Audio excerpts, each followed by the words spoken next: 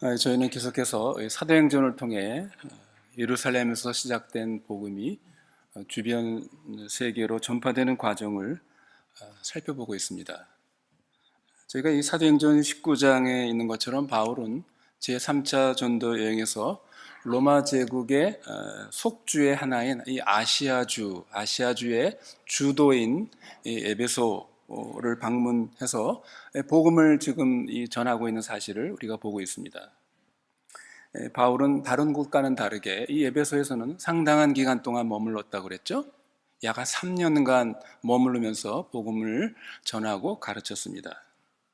지난 시간에 저희가 본 것처럼 이 에베소는 마술과 우상 숭배가 아주 성행했다고 그랬죠. 특히 우상 숭배, 어떤 우상 신이요? 여기 아데미 여신, 아르테미스 여신 숭배가 아주 성행했습니다. 오늘 본문 23절에 보면 이 바울이 전한 도가 복음을 말합니다. 바울이 전한 이 도로 인하여 에베소에 큰 소동이 이제 일어나게 됩니다. 어떤 소동입니까? 그 다음 24절에 보면 여기 데메드리오라고 하는 어떤 은장색이 아데미의 은감실을 만들어 직공들로 적지 않은 벌이를 하게 하더니, 이 데메드리오, 이 영어로 드미트리우스입니다. 지금도 러시아의 이름 가운데 드미트리우스라는 이름이 많이 있죠. 이 드미트리우스가 은장색이라고 그렇습니다. 은세공업자죠. 이 은장색 이 데미트리우스를 중심으로 해서 많은 사람들이 그 아데미의 은감실을 만들어서 그걸로 많은 지금 이익을, 돈을 많이 벌고 있다. 이 아데미의 은감실이라는 말은 아르테미의 그 신전을 축소해가지고 그 모형으로 만들어서 파는 것입니다. 미니어처죠. 여러분이 지금도 그 로마 바티칸에 가면 그 성 베드로 성당이 이런 주변에 가면은 그 베드로 성당을 축소해가지고 그렇게 모형으로 파는 이제 이런 것들이 많지 않습니까? 이 당시에 이렇게 그 아데미의 그 신전, 그 신상을 은으로 세공해가지고 미니어처로 그렇게 만들어서 상당한 그 돈을 벌고 있는 이런 상황입니다. 이 비즈니스가 너무 잘 돼서 이 모든 데메드리오만이 아니라 이 직업, 이 사업을 하는 사람들이 굉장히 돈을 많이 벌었습니다. 왜 그렇습니까? 그만큼 당시에 이 아데미의 신전이 유명했기 때문입니다. 지난 시간에 말씀드린 것처럼 이 아데미 신전은 고대 7대 불가사의 중에 하나인 굉장히 멋있는 그러한, 지금은 물론 그 남아있지 않고 기둥 몇 개만 남아있죠. 아마 에베소를 방문하신 분들은 봤을 것입니다. 이 은감실 비즈니스는 에베소에 있는 이 아데미 신전을 참배하는 그 참배객, 순례자들만이 아니라 27절에 보면 온 아시아와 천하가 위하는 그의 위엄도 떨어질까 하노라 하는 말을 보면 이 로마 제국의 속주인 아시아 도 전역에 이 은감실이 팔려나간 것 같습니다. 그 정도로 아주 인기 유명 상품이라는 것을 우리가 알 수 있습니다. 그런데 이 데메드리오가 우상 공장의 직공들과 또 그것을 파는 우상 가게 주인들을 선동하여 말하자면 데모를 지금 일으킨 것입니다. 성도 여러분, 우리가 여기서 주의 깊게 봐야 될 것이 있습니다. 이 데메드리우스가 단순히 고용주로서만 있었던 것이 아니라 자기 동업자들을 모아가지고 이러한 큰 소동을 일으킨, 이것은 일종의 거기 에베소에 있는 큰 아주 거대한 소위 우상 길드 조직이 거기에 있었던 것이죠. 나중에 유럽에서 그것이 훨씬 더 이제 그 길드 조직이 발달하자면 일종의 협동조합이 벌써 여기에 있어가지고 이 사람들이 함께 모여가지고 소동을 일으킨 것입니다. 그러니까 이 데메트리우스는 이 길드 조직의 우두머리라는 것을 알 수가 있습니다. 저희가 지난 시간에 사도행전 19장 그 19절에서 바울의 복음을 듣고 많은 사람들이 어떻게 해요? 그 마술에 의지하던 이런 것들을 어떻게 해요? 다 버리고, 그래서 함대 모아가지고 그 마술책들을 불살랐다고 그랬죠? 그 값이 어느 정도예요? 은 5만 드라크마. 굉장한 돈입니다. 예, 이런 일들을 지금 데메드리우스와 그 우상 비즈니스업자들은 보고 있는 것 아닙니까? 그러니까 이 데메드리우스의 마음속에 어떠한 두려움, 위기감을 느끼게 된 것입니다.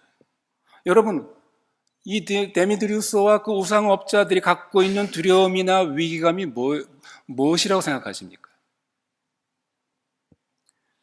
자기네 그 아데미 종교 비즈니스를 통해 얻고 있는 막대한 그 부의 원천을 잃어버릴지 모른다는 두려움, 혹은 그것이 쇠퇴될지 모른다라는 이런 위기감, 그런 것이었을 것입니다. 그렇다면 이 데메드리우스가 섬기는 이 종교, 그 우상, 그것이 무엇인가? 그 우상의 실체, 정체는 무엇인가? 제가 설교 제목을 우상숭배 배후라고 그랬죠. 우상숭배의 진정한 배후와 정체는 무엇인가 하는 것이죠. 이것이 오늘 설교의 주제입니다. 그것은 뭡니까? 이들이 진정으로 아데미 여신을 섬긴 것인가? 그것이 그들의 신앙의 목적이었나? 아니면 그 배후에 무엇이 있나? 결국 이것은 만몬인 것입니다. 만몬신이죠. 돈을 우상화, 돈을 섬기는 바로 이런 것을 우리가 여기서 볼 수가 있습니다. 이 아데미 여신이라는 종교 형식을 빙자해서 이 사람들의 그 내심, 깊은 마음 속에 무엇이 자리 잡고 있는 것입니까? 결국 이 종교, 이 신을 통해서 내가 얻을 수 있는 이익이 무엇인가? 그 문제가 자리 잡고 있는 것이죠. 자기에게 돈벌이를 해주는 외부 조건과 매개체가 뭡니까? 아데미 신전이죠. 아데미 신입니다. 이 아데미라는 여신의 신전에 많은 사람들이 거기에 순례를 오고 참배를 하고, 또 그것을 믿고 의지하는 사람들에게 그 작은 그 모형을 만들어 가지고 그것을 너희가 여기 계속 있을 수가 없는 거 아니냐? 집에 돌아가서 이 신전을 너희들이 잘 모시고 간직하고 있으면 동일한 그런 어떤 영적, 어떤 신통한 효과가 너희들에게 있을 것이다. 뭐 이런 그 신앙 아니겠습니까? 그러니까 많은 사람들이 여기에 와가지고 거길 참배하고 이런 은감실을 사가는 것이죠. 그럼 비즈니스가 얼마나 잘 됐겠습니까? 그런데 어떻게 해요? 바울이 에베소에 들어와서 전한 이 기독교의 복음을 통해서 이제 믿는 사람들이 생기면서 어떻게 해요? 바울이 여기 뭐라고 그랬습니까? 사람들이 만든 그것은 그건 신이 아니다. 그 얘기하고 있지 않습니까? 그러니까 그것을 믿는 사람들이 자기네들이 그렇게 믿는 그런 우상들을 버리게 된 것이죠. 그러면 어떻게 됩니까? 이 우상업자들은 이제 손해를 보게 되는 것입니다.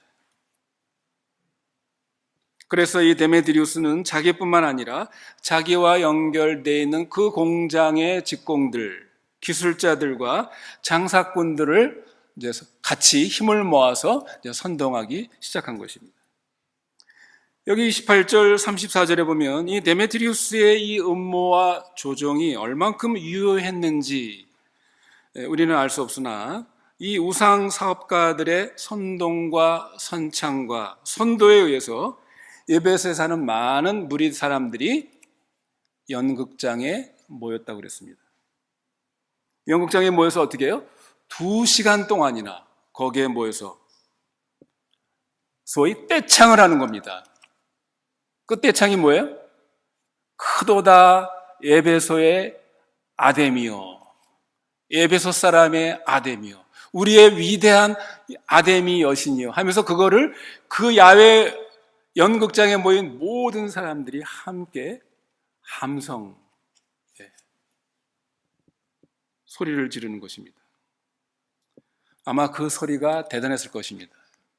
여러분이 혹시 그리스 로마의 그 야외 음악 그 원형 그 극장을 아마 가보신 분들은 기억하실 것입니다. 저도 그 고린도에 가서 그 큰 야외 그 연극장을 가본 적이 있습니다. 거기 밑에서, 맨 밑에서 어떤 사람이 조그만 소리를 해도 그 멀리 위에 떨어진 사람도 그 소리를 다 들을 수가 있습니다. 그 사람들의 그 지혜라는 게 대단하죠. 소위 그 음향 효과를 알고 있는 것입니다. 그러니 그 수많은 사람들이 모여서 한 목소리로 함성을 지를 때 크도다 예배소의 아데미오 그 소리라는 건 여러분 굉장한 소리죠. 굉장한 함성입니다. 그 광경을 여러분 한번 상상해 보십시오. 그러나 여러분, 우리가 생각할 것이 뭡니까? 이 연극장에서 부르짖는, 외치는 이들의 함성의 의미가 무엇인가? 이것입니다. 그것은 이 아데미 우상 종교를 통해 자기네 행복의 원천을 유지하고자 하는 그들의 마음의 그 요구, 그 내면의 그 욕구가 어떻게 해요? 바깥으로 표출되는 것이죠. 우리는 우리의 행복을 결코 우리는 이룰 수 없다. 우리는 우리의 행복을 결코 버릴 수 없다. 버리기 싫다라는 절규입니다. 즉, 이 아데미 종교를 자기네들의 현실 생활과 행복 획득의 가장 유효한 수단으로 그들은 이용하고 있었던 것이죠. 다른 말로 하면 그들은 그들이 믿는 그 그들이 믿는 그 종교를 믿는 것보다 자기들의 더 깊은 내면 속에 있는 욕구, 그것이 경제적인 욕구든 혹은 어떤 정치적인 어떤 목적이든 그것을 달성하기 위해서 자기들의 신과 자기들의 종교를 지금 이용하고 있는 것입니다. 이 데메트리우스의 이 시위는 전부 아주 치밀한 계획 가운데서 된 것입니다. 그는 무엇을 목적으로 이러한 그 소요를 일으키고 있는 것입니까? 첫째로는 경제적인 이유죠. 앞에서 말씀드린 것처럼 자기네들이 지금까지 그렇게 이것을 통해, 이 우상 비즈니스를 통해서 엄청난 이익을 얻는 이것이 잃지 않도록 혹은 줄지 않도록 아데미 우상 숭배를 인기 있게 유지해야 되겠다라는 그러한 목적입니다. 그 다음에는 정치적인 목적이 있습니다. 그것이 뭡니까? 바울을 통해서 들어온 이 기독교라는 이 신흥 종교를 어떻게 하든지 말살하든지 아니면 심각한 타격을 입혀야 되겠다 하는 이러한 정치적인 목적입니다. 여러분 생각해 보십시오. 우상을 인정하지 않는 종교, 유일신 종교가 있죠? 어떤 게 있습니까? 이 바울의 기독교 복음이 들어오기 전에 유대교가 겁니다. 유대인들이 믿는 유대교. 유대교는 우리 구약의 뿌리가 같죠. 유일하신 하나님을 믿는 유일신 그 신앙이 똑같습니다. 근데 이 유대교가 별로 이 에베소에서 이러한 이 사람들에게 이러한 소동을 일으키거나 위협이 되지 않는 이유는 뭡니까? 유대교는 유대인들이 자기네들만 믿는 것이에요. 그렇게 적극적으로 유대교를 전파하거나 믿으라고 그렇게 강요하지 않습니다. 자기네 유일신 하나님을 믿는 유대인들만이 아주 뛰어난 민족이고 우월한 민족이고 이러한 어떤 영적 자부심, 교만심이 있기 때문에 그렇게 유대교를 다른 데 이렇게 전파하고 이러는 거 별로 그렇게 이 사람들은 적극적이지 않습니다. 그러니 다른 나라에 가도 별로 그렇게 큰 충돌, 마찰이 없는 것입니다. 그러나 동일한 우상신을 인정하지 않는 유일신 이 신앙을 가진 기독교의 복음은 어떻습니까? 우리가 지금까지 사도행전을 쭉 보듯이 어느 곳에 가든지 그곳에 이 기독교의 복음을 전하는 것이죠. 적극적으로 전하는 것입니다. 그러니까 유대교는 별로 자기네들에게 해를 끼치지 않는다고 이 사람들은 생각하는 것이죠. 그러나 기독교는 어떻다고요? 이미 에베소에 들어와서 19장 우리가 전반부에 본 것처럼 마술을 행하고 마술을 의지하던 사람들이 그 마술책을 모아다가 불살라버리는 이런 일들이 벌어지고 있는 것입니다. 그러니 이 기독교라는 이 신흥 종교를 그냥 방치하면 앞으로 이 아데미 종교가 어떤 비극에 빠질지 이것을 예상하고 있는 것이죠. 그 배후에는 뭐가 있다고요? 그것을 통해 가지고 우리가 지금까지 얻는 이런 수익, 이런 이익이 어떻게 잊어버릴지 모를까, 이것에 대한 걱정, 두려움입니다. 성도 여러분, 이런 일은 앞으로 그 이후에도 역사적으로 많이 이런 종교를 여러 가지 목적으로 이용하는 일들이 굉장히 많이 있었습니다. 종교를 통해서 권력을 얻고 하나의 사회 세력이 형성되게 되면 이제는 그 종교가 말하는 그 진리, 그 내용보다는 뭡니까?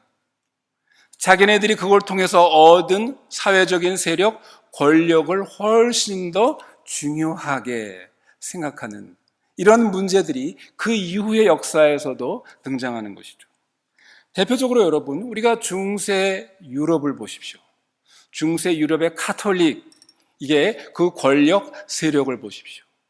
나중에 어느 정도까지 그 종교의 권력, 교회의 권력이 세졌습니까? 여러분, 그 유럽 역사에서 카노사의 굴욕이라는 거 아십니까? 신성 로마 나라의 그 황제가 어떻게 해요? 헨리 4세인가요? 헨리 4세가 어떻게 해요?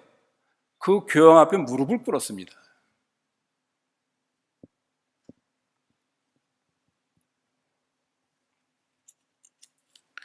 종교 자체가 목적이 아니라 그것은 수단에 불과한 것입니다. 항상 그것에 대한 궁극적인 배경, 목적은 뭡니까? 경제적이고 정치적인 혹은 자신의 어떤 이익과 관련된 이것이 궁극적인 목적으로 자리를 차지하고 있는 것입니다. 이렇게 인간 사회 역사에서는 종교를 그것 자체의 목적에 따라가는 것이 아니라 자기네의 정치적 혹은 경제적 목적을 위해서 이용하는 일이 많은데 이미 우리는 여기 오늘 사도행전 19장 이 데메트리우스에서 이러한 사실들을 보게 되는 것입니다. 종교의 교리를 따라가는 것이 아니라 자기네 이익과 권익을 옹호하고 그것을 유지하기 위해서 바깥으로 겉으로 종교를 신을 앞세우는 것이죠. 이 데메트리우스의 이 우상 비즈니스의 내용을 보면 사실상 그가 아데미 신을 얼마나 간절하게 섬겼는지 성경에 기록이 없으니까 우리는 알 길이 없습니다. 우리가 구태여 또 그것을 알 필요도 없습니다. 데메트리우스의 문제는 무엇입니까? 우리가 데메트리우스에서 봐야 될 가장 중요한 문제는 뭡니까? 그가 아데미 신 혹은 그 아데미 종교와 관련하여 그가 진정으로 무엇을 추구하고 있었는가? 그것이 우리가 가장 중요하게 봐야 할 것입니다. 우상의 배후에는 이 우상 숭배로 말미암아 내가 그거로부터 어떠한 이익, 어떤 복리를 얻는다. 이 조건이 늘 붙어 있다는 것입니다. 여러분, 이것이 우상 숭배의 핵심입니다. 여러분 생각해 보십시오. 만약 내가 어떤 우상을 섬겨가지고 화를 받고 무슨 재앙을 받고 손해를 본다면 그 우상을 섬길 사람이 있겠습니까? 아무도 그런 우상은 섬기지 않을 것입니다. 그러니까 더 중요한 것은 그 우상을 섬김으로 말미암아 자기의 행복이나 복지를 증진시킨다는 것, 복리를 얻는다는 것, 이것이 우상 숭배의 핵심입니다. 그렇기 때문에 그 우상 아데미 신보다는 자기의 복리, 자기의 행복이 더 무서운 신입니다. 그게 진정한 신입니다. 그것이 더 무서운 추구의 대상인 것입니다. 더 나아가서 이러한 그 우상 숭배를 통해서 내가 얻고자 하는 어떠한 그 복리를 얻는다. 그 배후에는 뭐가 있겠습니까? 여러분 생각해 보십시오. 내가 그 신을 통해서 내가 얻고자 하는 어떠한 나의 어떤 이익, 복리 뒤에는 뭐가 있겠습니까? 결국에는 자기가 있는 것입니다. 그러므로 우상 숭배는 궁극적으로 뭡니까? 자기 숭배입니다. 자아 숭배요, 자아 종교요, 자아 사랑입니다.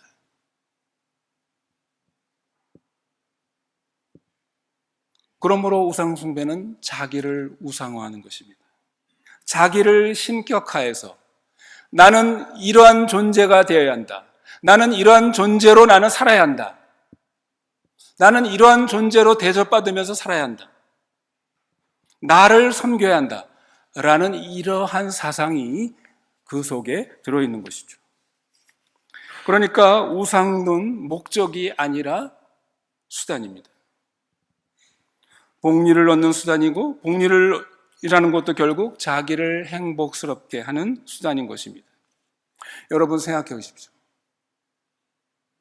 돈이든지 권력이든지 명예든지 혹은 건강이든지 우리가 즐겁게 산다든지 결국 자기 자신이 추구하는 욕심을 만족시켜주는 것 때문에 우리가 그것을 만족시켜준다면 그것을 얻기 위해서 우리가 어떤 것을 의지하는 것이죠. 그러니까 그 의지하는 것은 이것을 얻기 위한 하나의 방도에 불과한 것입니다. 이와 같이 우상 숭배는 결국 자기를 좀 더 유리하게, 유익하게, 행복하게 하려는 한 수단입니다. 그러니까 우상 숭배자는 그 우상이 어떤 신통력이 있는가 없는가, 믿는가 안 믿는가 상관이 없습니다. 그런 것을 신통력이 있는 것을 믿지 않는다 할지라도 어쨌든 자기가 원하는 수단으로서 그 우상이, 그 종교가 나에게 유효하다면 그는 그대로 그 우상 숭배자가 되는 것입니다. 최종적으로 중요한 것은 뭐라고요? 자기 자신입니다. 자기의 이익, 자기의 행복, 자기 자신 때문에 그런 것입니다. 데메트리우스의 그 사상의 깊은 그 밑바닥에는 바로 이런 것들이 있는 것이죠. 에베소의 이 데메트리우스나 그의 동업 기술자들이 벌인 이 소동은 결국 다 자신들의 금전적인 이익 때문이었습니다.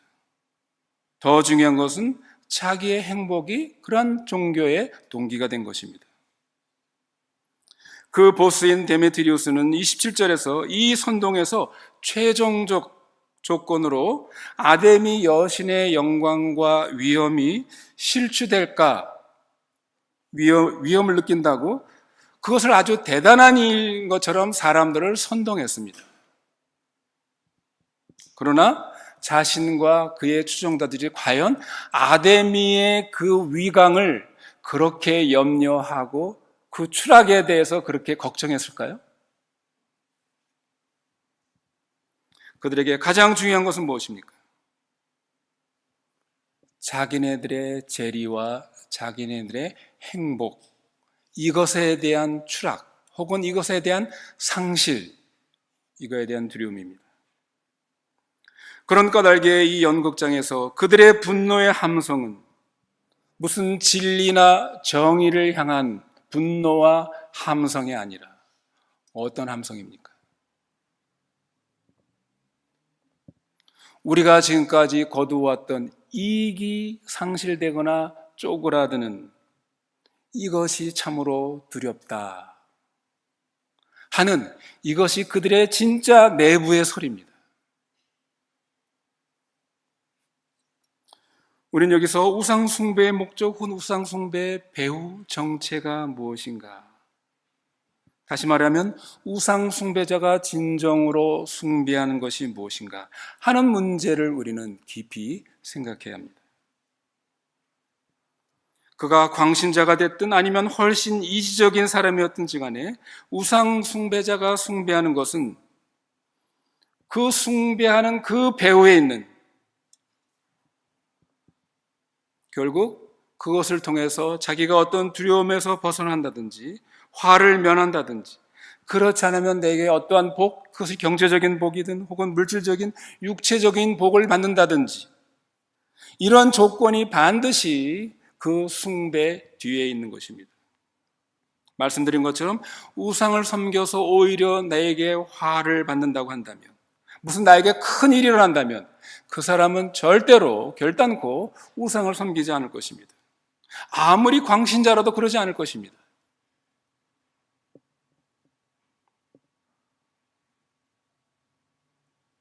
그러므로 이 데메트리우스를 비롯하여 우상 숭배자들과 이 우상 사업자들이 추구하는 것은 결국 그 신이 아니라, 그 종교가 아니라 자기네들이 추구하는 것입니다. 자기네들의 행복과 결국 자기 존재입니다.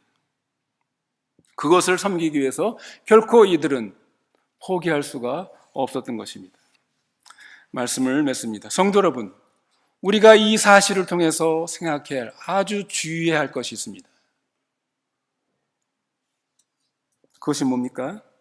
오늘 우리가 이 말씀을 생각해 보면 이 에베소에 있는 이 아데미 우상 사업자와 혹은 아데미 종교 의식에 종속되어 있는 우상 숭배자들, 이것은 이 당시의 사람, 이 당시에 뿐만이 아니라 안타깝게도, 불행하게도, 혹은 슬프게도 기독교를 믿는 많은 사람들 가운데도 그럴 수 있다는 것을 우리가 주의해야 합니다. 기독교라는 이름을 가지고 그저 기독교라는 그 하나님, 종교를 통해서 내가 복을 얻어야 되겠다, 내가 행복을 얻어야 되겠다, 소위 기복주의, 행복주의를 버리지 못했다고 한다면 이 우상 숭배자들과 하나도 다르지 않다는 것입니다. 기독교 신앙을 제대로 받아들이지 못했을 경우에는 예수 믿는 것을 어떻게 생각하는 겁니까? 이 세상에서 하나님의 축복으로 재앙을 당하지 않고 그저 하는 일들이 잘 돼서 이 땅에서 건강하게 평안하게 살다가 죽어서도 천당 가서 좋다, 이 정도로 우리 기독교 신앙을 생각한다고 한다면 그것은 데메트리우스와 거기에 관련된 사람들과 그런 우상 숭배자들, 우상 사업자들과 별로 다른 것이 없는 것입니다. 여러분, 기독교가 요구하는 것이 그런 것입니까? 이 땅에서 우리가 하나님을 믿어서 재앙을 당하지 않고 이 땅에서 그저 평안하게 살다가 죽어서는 천당 가는 것, 그것이 기독교가, 성경이, 복음이 요구하는 신앙의 내용입니까? 내가 왜 열심히 기도해야 되는가? 내가 왜 열심히 신앙생활을 하는가? 그 이유가 무엇인가? 여러분, 스스로에게 질문해 보십시오. 그것이 복을 받고 어려움을 면케 하는 것이 목표라면,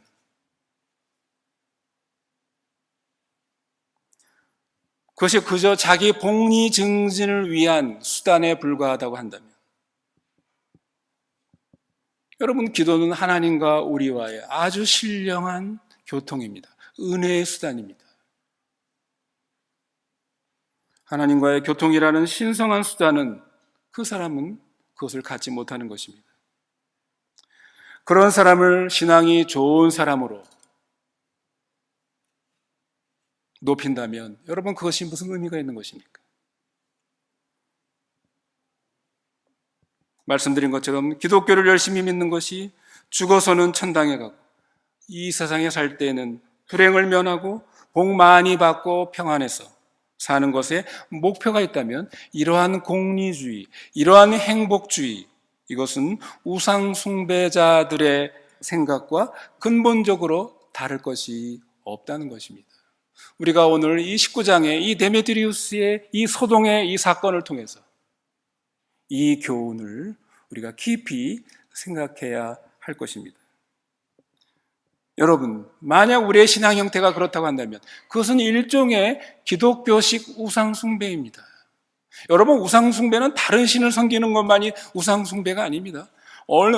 얼마든지 우리 기독교 안에서도 하나님의 이름을, 예수 그리스도의 이름을 부르면서도 우리가 우상숭배에 빠질 수가 있습니다. 하나님을 믿고 예수를 시인하고 믿는다고 하면서 결국은 그 사람의 전체의 어떤 종교적인 관념이나 사상체계가 늘 자기의 어떤 행복,